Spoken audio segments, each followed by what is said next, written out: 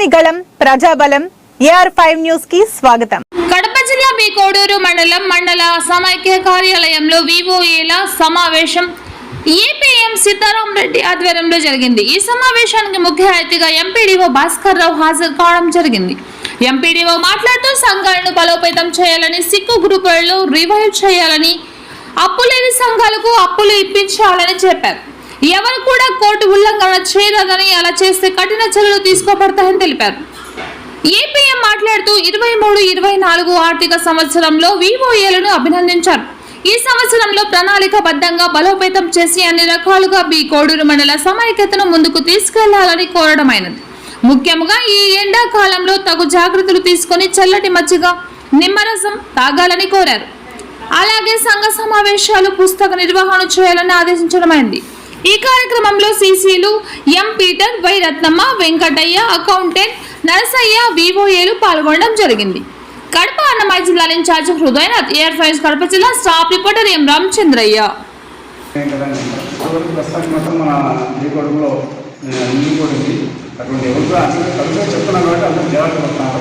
Main ఈ pension పంపిణీలో మాత్రం మనం ఎక్కువ వాలంటీర్ నుంచి వాలంటీర్ ద్వారా ఇచ్చేది లేదు.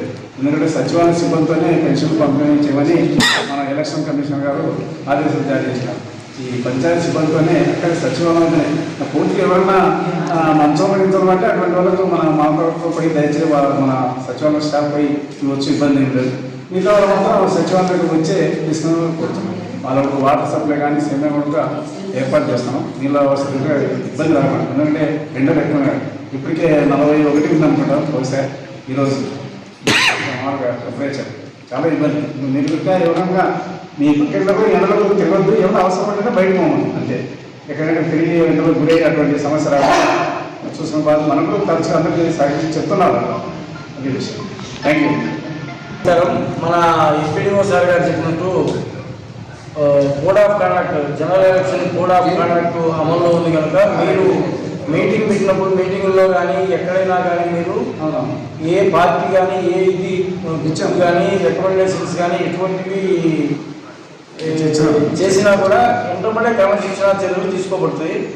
సో కాబట్టి మీరు ఎంతసేపు ఉన్నా కానీ అవసరమైతే అవగాహన చర్యలు ఏలా చేయొచ్చు, ఓటు వేయాలా, ఓటు వేయాలి, ఇట్లా ఉంటుంది అనేది. కానీ అంతకుమించి మిగతా ఏ ఇష్యూస్లో మీరు పార్టీ నాయకుల వెనుకలో తిరుగుకుంటూ పార్టీకి సంబంధం లేకుండానే పనిచేయాల్సి ఉంటుంది. మన పని మనం చేసుకుంటూ పోవాలి.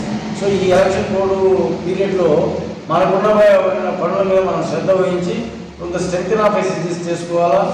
ఆ విధంగా మనం చేయాలా. అట్లే సాధ్యమైనట్టు ఈ ఉపాధి హామీలో కూలీలకు సంబంధించిన సౌకర్యాలు అయితేనేమి, ఇంకోటి మామూలుగా ORS ప్యాకెట్, డీహైడ్రేషన్ కాకుండా ఉండేదానికి మొన్న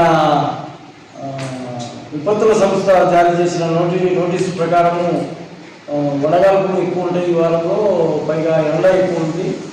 దానికి అనుగుణంగా మనం జాగ్రత్తగా నడుచుకునేటట్టు అందరికీ అవగాహన కల్పించాలా. ఈ ఎండాకాలం అంతా ఆ విధంగా అవగాహన కల్పించి ఉండేటట్టు చూడాలా. ఇది ఇప్పుడు పెన్షన్ విషయంలో పెన్షన్ అవేర్నెస్ చేయండి. పంచాయతీ కార్యాలయాలకు మీదకి వచ్చిందే సార్, వచ్చింది. ఆ పంచాయతీ కార్యాలయాల దగ్గరనే ఇచ్చేటట్టు ఇచ్చినారంట. సో ఒకవేళ నాన్నలు ఖచ్చితంగా వాళ్ళకి పోయి ఇస్తారు, ఇబ్బంది ఏం లేదు. మన సెక్రటరీస్ వెల్ఫేర్ కానీ జనరల్ సెక్రటరీ ఎవరైతే అటాచ్డ్ అప్లికేషన్ ఇచ్చిందో వాళ్ళు ఇస్తారు ఖచ్చితంగా. అది ఇబ్బంది లేకుండా మనం కూడా అవగాహన చేసి వాళ్ళని పంపించే ఏర్పాటు చేయాలి.